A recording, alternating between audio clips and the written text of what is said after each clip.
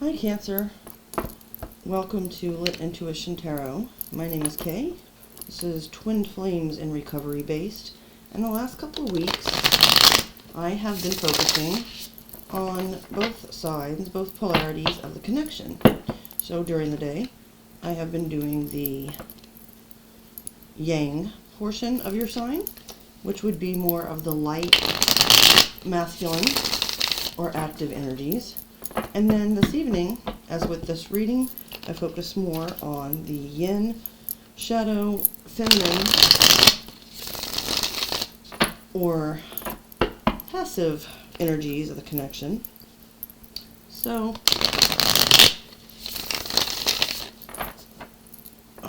if you identify more with that, then this would be the reading for you. If not, you can check out your yang reading posted this morning. And with that, 2 more shuffles left to go. A brief note to cross watchers. While I never intend these readings to be used for the purpose of spying on one's twin flame, if you're a cross watcher, I do not judge or say that's wrong for you. I simply ask that you use your discernment, as I will be using the term you throughout this reading to refer to the Cancer Yin Collective, as I like to think of it. So, I pre-shuffled 3 decks before I hit record, and the first one is the Fallen Angel Oracle. I'm going to go ahead and cut that deck and take 2 cards from the center for sort of an overall theme for the reading. We're starting with Berith, 27, Transformation. 27, 2 plus 7 is 9. And then we have Murmur, 40, History, which comes to a 4, so 9s or 4s might be significant, or any combination thereof. I'm going to read the brief meaning of those 2 cards from the book after I clear these off the table. So the first card, 27, Transformation, says Berith, also known as Balberith, element Earth, planet Venus. When enchantment, joy, and celebration take over, remember to share your good fortune with others. Berith often appears as a beautiful huntress or warrior on horseback. Both the horse and her robes are crimson, and she has a rosy complexion. Upon her head is a crown of gold, and she often plays a harp as she sings, predicting the future in her psalms. In ancient times, she was worshipped as a goddess of music and divination by the people of Beirut. She is also the patron of alchemists, whose search for the secret of turning base metal into gold often masked a quest for the Holy Grail. Okay. And then 40 says Murmur, element Earth, planet Venus. So we've got 2 of those. Taurus might be significant, doesn't have to be. And the message says, the past returns to haunt you. Make peace with it, or misfortune will follow. Murmur often appears in visions in the form of a noble warrior riding upon a griffin or gryphon, I don't know how to pronounce that, and with a slim coronet on his head. 2 heralds ride before him with great trumpets to announce his arrival. Murmur is a philosopher, a student of human nature. He can also conjure ghosts from the past to reveal their side of a story. No secret is totally safe from him, so no chance should be missed to make amends for past misdeeds or shortcomings. Alright, a little bit of a judgment card kind of vibe there, Scorpio energy. Doesn't have to be significant though. So I'm going to put those 2 cards up here in my tarot card stand, if I can find the slot. There we go. And y'all saw me shuffle the black tarot deck on camera. I'm going to go ahead and cut that now as well, and get your tarot cards laid out. Okay, Cancer, so for the top row, the first card is the 10 of Cups. Pisces energy. Then we have the 5 of Wands. Leo energy.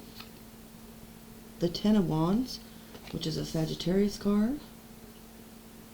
This is interesting energy. What was this again? The 5 of Wands? Yeah. And then we have the 7 of Spheres, Taurus energy. On the bottom row, the King of Cups, Pisces, Scorpio, and sometimes your own energy, Cancer. The signs may or may not be significant. I just like to mention them for those who are interested. Then we have the 2 of Wands, which is Aries energy.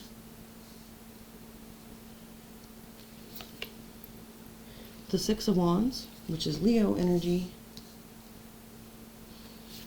and the Hierophant, which is Major Arcana for Taurus.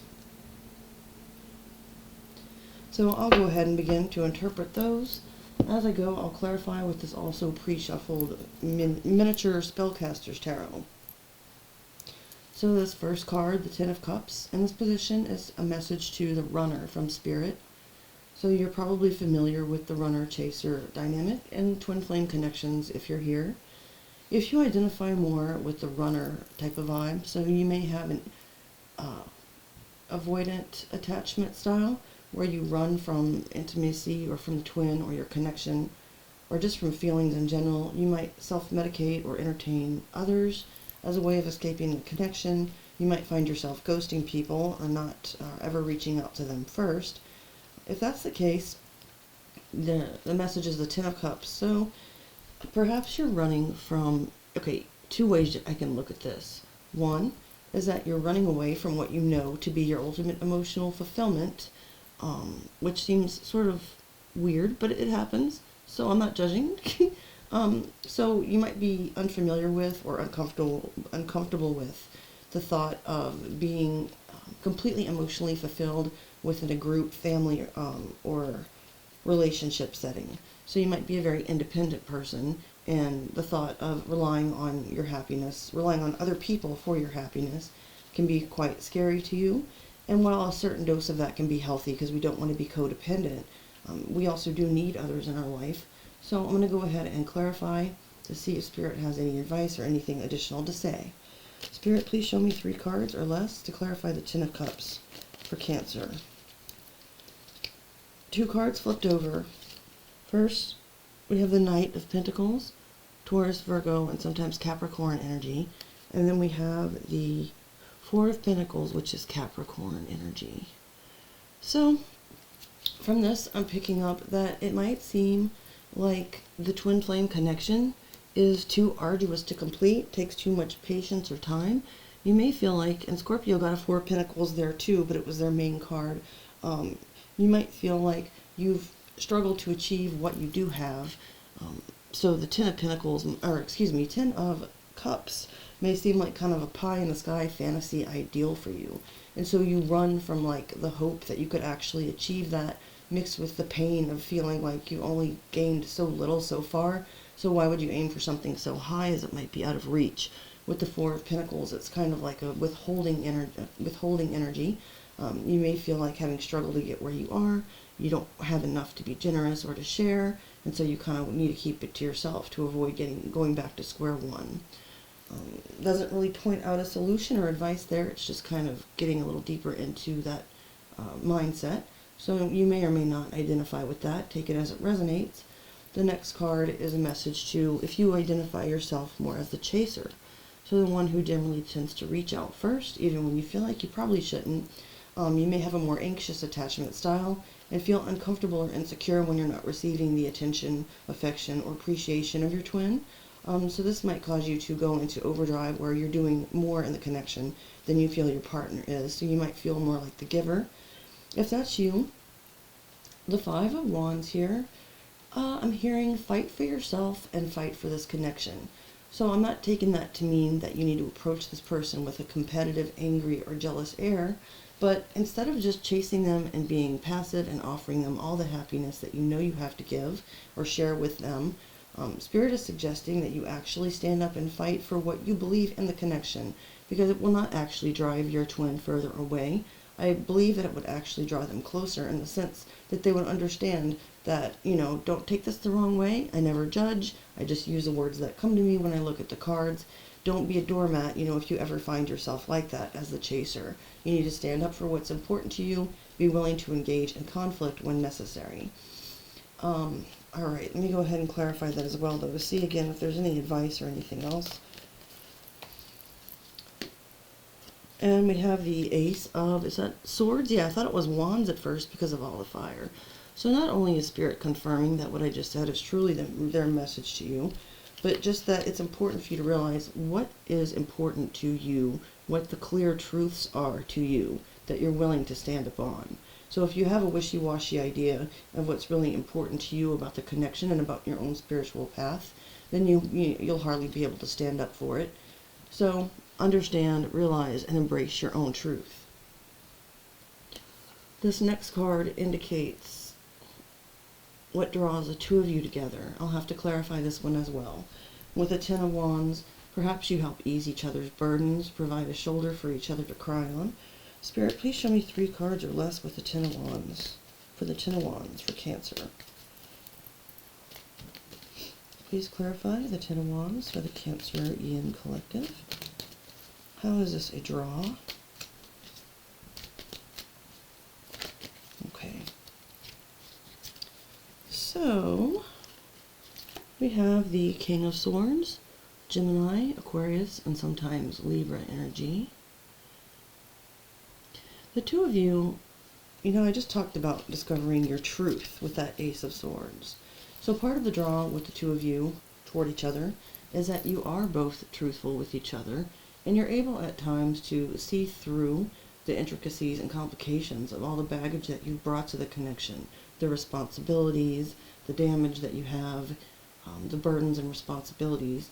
The two of you are able to look at that together rationally, and perhaps, like I said, through being able to kind of analyze what's going on, figuring out a solution together, you are able to help each other get to the top of that, mountain with those burdens and responsibilities, and just knowing that the end is in sight.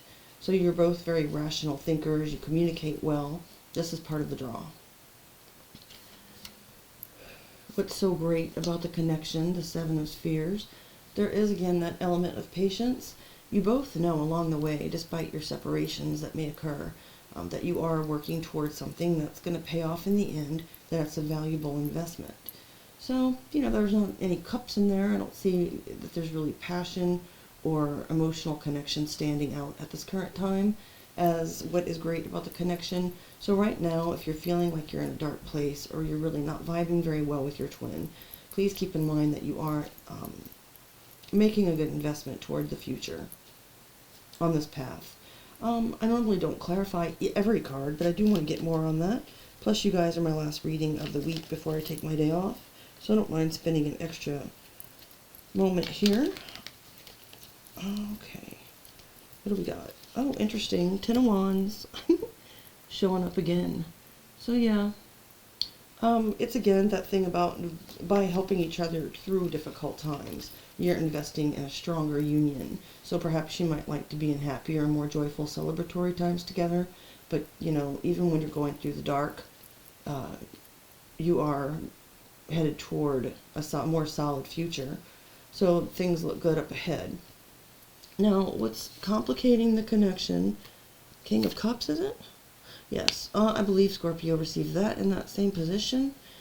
It talks about, so the two of you, emotions are, of course, at play, very much so in the twin flame connection. The complication here is that the two of you do feel, now the cups kick in, a lot of passion, emotion. I'm not talking about sexual passion. You feel a very deep emotional connection with your twin. And so this can cause you to sort of pull up on your emotions, not wear them on your sleeve as you attempt to bring those energies into balance. And reach a level of maturity with each other. So while that's a positive thing, it can cause complications as the two of you might come across to one another as sort of hot and cold. So you may have difficulties and then come out of it like, well, our love is still intact, but how vulnerable are you willing to be? Because the King of Cups, he is very emotional deep down, but in his maturity, he doesn't express that type of vulnerability that might be needed to sort of begin to heal this connection. I won't clarify that as it seems fairly straightforward. Now, how your twin is helping to heal you. With the Two of Wands, perhaps you felt directionless at some point, or that's been a recurring theme throughout your life. And although the twin flame connection doesn't have to be the center of your life, or the only thing that matters, it did help provide you with some direction to make a choice to see things a little bit differently. It could have illuminated a path that you weren't aware of before, maybe even a type of spirituality that you weren't aware of before. And so the connection with your twin has helped to give you purpose and direction. I'm going to leave that there as well. I do want to clarify this next one, however. How you heal your twin.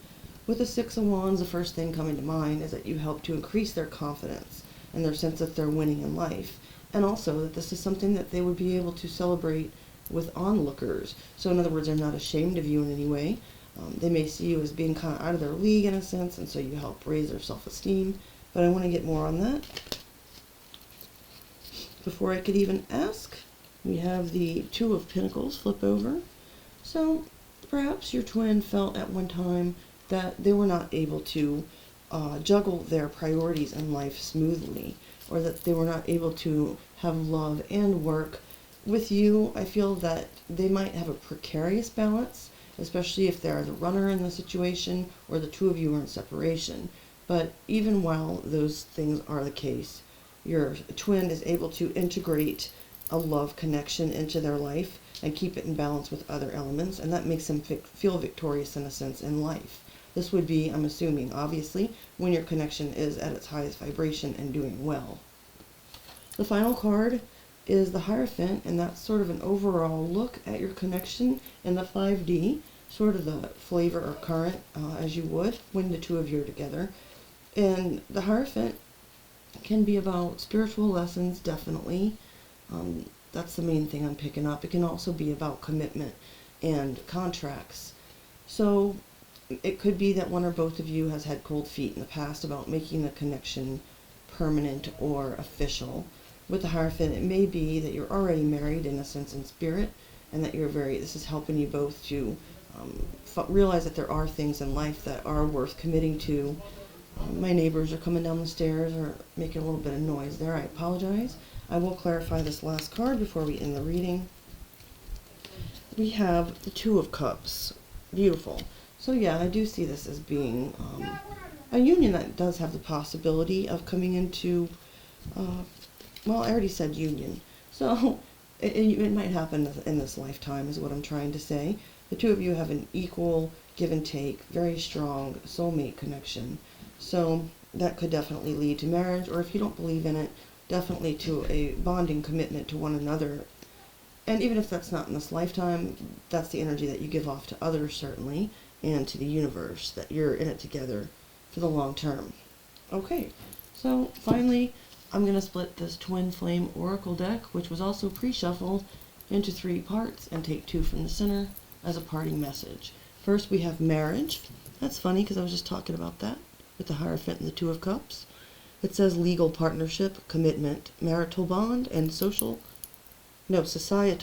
contract, excuse me. And then the second card says release. Loosen your hold, relax, unwind, release fear, anxiety, and doubt. So that's a very positive message. If you're currently stewing over the things, how things are going between your twin flame and you, just try to release that energy, as it looks like it is, at least on the 5D at this current time, on the right track. Okay, so Cancer, thank you so much for your time and attention. I'm trying to grow this channel, so I'd greatly appreciate any likes, shares, subscriptions, etc. Tap the notification bell and all, so you'll be made aware of my future uploads, and enjoy the rest of your weekend. See you next week. Bye, Cancer.